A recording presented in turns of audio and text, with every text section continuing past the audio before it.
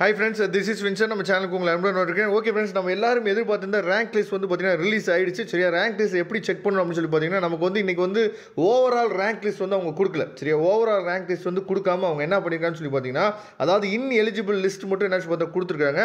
Overall rank list கொடுக்காம நீங்கள் என்ன பண்ணணும் அப்படின்னு சொல்லி பார்த்தீங்கன்னா, உங்களோட ரேங்க் லிஸ்ட் சரியா, அதாவது உங்களோட ரேங்க் லிஸ்ட் வேணும் அப்படின்னா நீங்கள் என்ன பண்ணணும்னு சொல்லி பார்த்தீங்க அப்படின்னா, லாகின் பண்ணிடுங்க. எப்பயும் போல் லாகின் பண்ணி நீங்கள் உள்ளே போய் என்னாச்சு பார்த்தீங்கன்னா ரேங்க் லிஸ்ட்டை பார்த்துக்கலாம். அதுக்கப்புறம் இன்எலிஜிபிள் அப்ளிகேஷன் லிஸ்ட் அப்படின்னு சொல்லி என்னாச்சு பார்த்தீங்கன்னா கொடுத்துருக்காங்க. சரியா, எலிஜிபிள் அப்படின்னா யாருக்கெல்லாம் வந்து ரேங்க் லிஸ்ட் வராமல் இருக்குது, இன்எலிஜிபிள் ஆனவங்க பேர், அப்ளிகேஷன் ஐடி எல்லாமே கொடுத்துருக்காங்க.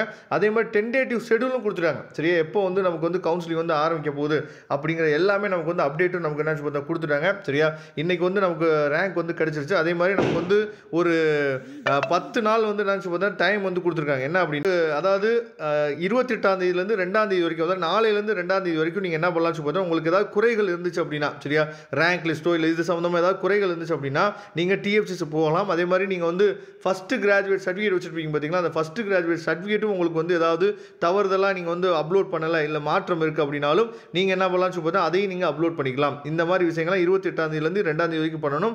அதுக்கப்புறம் காமிக்கிறாங்க அப்படின்னு சொல்லி பார்த்தீங்கன்னா 7ஆம் தேதியிலேருந்து நமக்கு கொஞ்சம் பார்த்தா ஜென்ரல் கவுன்சிலிங் ஆரம்பிக்கிறாங்க. சரியா, இது ஃபஸ்ட்டு வந்து 7.5 ரிசர்வேஷன் நடக்கும். இதை பற்றி நம்ம தெளிவாக என்னாச்சு பார்த்தா அடுத்த வீடியோ நாங்கள் என்னாச்சு பார்த்தா உங்களுக்காக கொடுக்குறோம். சரியா, இப்போ வந்து நீங்கள் நமக்கு வந்து எல்லா பேத்துக்குமே கவுன்சிலிங் எப்போ நமக்கு ஆரம்பிக்குது அப்படின்னு சொல்லி பார்த்தீங்க அப்படின்னா 14ஆம் தேதி நமக்கு வந்து ஓவரால் கவுன்சிலிங் வந்து 14ஆம் தேதி ஆரம்பிக்குது.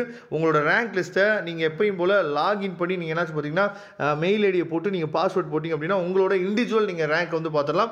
ஓவரால் பிடிஎஃப் ஃபைல் இன்னும் நமக்கு அப்லோட் பண்ணல. அதை நீங்கள் அடுத்த வீடியோவில் நான் என்னாச்சு பார்த்தா உங்களுக்காக கொடுக்குறேன். ஓகே ஃப்ரெண்ட்ஸ், ரேங்க் லிஸ்ட்டை செக் பண்ணுங்கள். நல்லபடியாக எவ்வளோ ரேங்க் வந்திருக்குன்னு பாருங்கள்.